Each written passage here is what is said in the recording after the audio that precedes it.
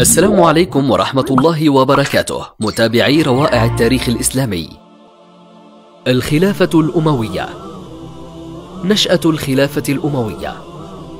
تأسست الخلافة الأموية عام الجماعة سنة 41 للهجرة، إثر تنازل الحسن بن علي لمعاوية بن أبي سفيان جميعا عن الخلافة، رغبة في حقن دماء المسلمين وتوحيدا لكلمتهم بعد الذي حدث في الفتنة الكبرى من أحداث ومعارك. فكانت هذه النشأة قمعا لأهل الفتنة وتخييبا لآمالهم وما كانوا يرجونه لأمة الإسلام من الشر، كما كانت مصدر سعادة واستقرار للمسلمين بعد الفتن والقتال. ولذا كانت خلافة معاوية تامة الشرعية. الأمويون بين القوة والضعف. يتكون تاريخ الدولة الأموية من عصرين للقوة، امتد الأول من عام 41 إلى عام 64 للهجرة، وشمل عصر خليفتين هما معاوية بن أبي سفيان وابنه يزيد، وامتد الثاني من عام 86 إلى عام 125 هجرية، وشمل 5 خلفاء هم الوليد بن عبد الملك بن مروان، وسليمان بن عبد الملك، وعمر بن عبد العزيز بن مروان، ويزيد بن عبد الملك، وهشام بن عبد الملك. كما كان هناك عصر ضعف قصير امتد من عام 125 إلى سقوط الدولة في 132 هجرية، وشمل عددا من الخلفاء. وكان هناك عصر فتنة وصراعات بين المسلمين وقتال على الحكم من عام 64 هجرية إلى عام 86. بدأ معاوية بن يزيد بن أبي سفيان مرورا بمروان بن الحكم ثم ابنه عبد الملك بن مروان. الخليفة المؤسس والبداية القومية.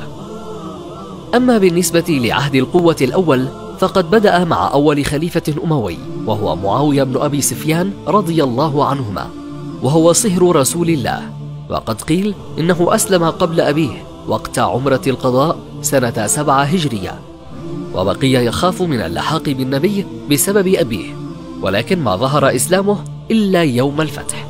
فيروى عنه أنه قال: لما كان عام الحديبية وصدوا رسول الله عن البيت وكتبوا بينهم القضية وقع الإسلام في قلبي، فذكرت لأمي فقالت: إياك أن تخالف أباك، فأخفيت إسلامي، فوالله لقد رحل رسول الله من الحديبية وإني مصدق به، ودخل مكة عام عمرة القضية وأنا مسلم به، وعلم أبو سفيان بإسلامي فقال لي يوما: لكن أخاك خيرا منك وهو على ديني. فقلت: لم آل نفسي خيرا، وأظهرت إسلامي يوم الفتح، فرحب بي النبي وكتبت له. وقد كان من رواة الحديث رسول الله، فمعاوية روى عن رسول الله صلى الله عليه وسلم أحاديث كثيرة في الصحيحين وغيرهما من السنن والمسانيد، وروى عنه جماعة من الصحابة والتابعين، ومسنده في مسند بقي 163 حديثا، واتفق البخاري ومسلم على 4 منها، وانفرد البخاري ب4 ومسلم ب5، وقد عمل الأهوازي مسنده في مجلد. في الحلقة القادمة سنبدأ الحديث عن شهادات المؤرخين من السنة والشيعة، وكذلك عن خلافة يزيد، هل كانت بيعة أم وراثة؟ تابعونا. إذا أعجبك الفيديو لا تنسى الإعجاب والتعليق، ولكي يصلك كل جديد اشترك الآن. لصفحتنا على فيسبوك واشتركوا بقناتنا على يوتيوب.